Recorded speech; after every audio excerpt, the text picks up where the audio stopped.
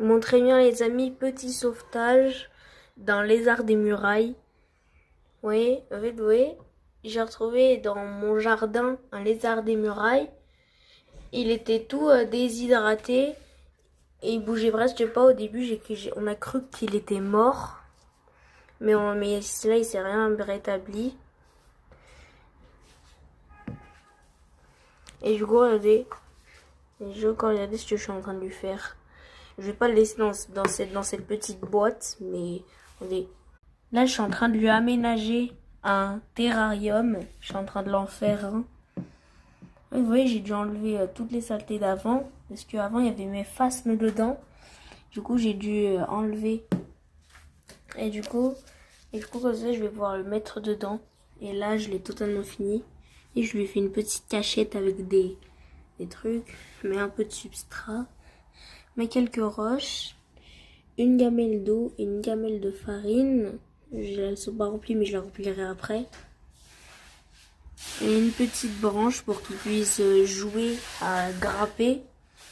Très bien, maintenant on va pouvoir mettre le lézard. C'est parti. Bon, je l'ai eu.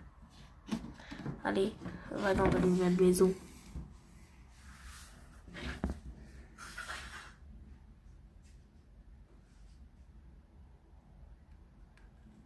Et attends, il fait dans sa cachette.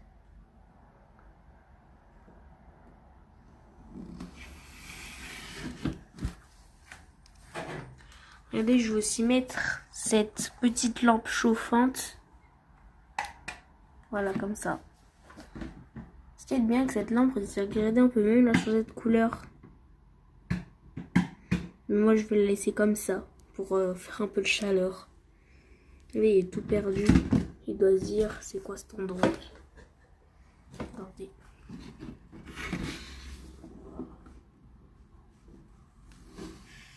Attends.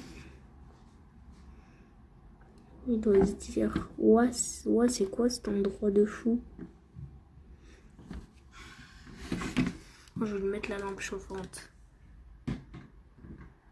Et du coup, je le garderai tout l'hiver et je le relâcherai au printemps.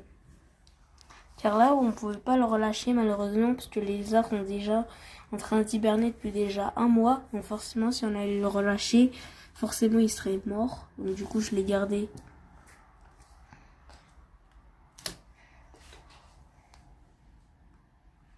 Et du coup, bah là... Et du coup, bah... Du coup, forcément, si je l'allais libérer, il serait mort.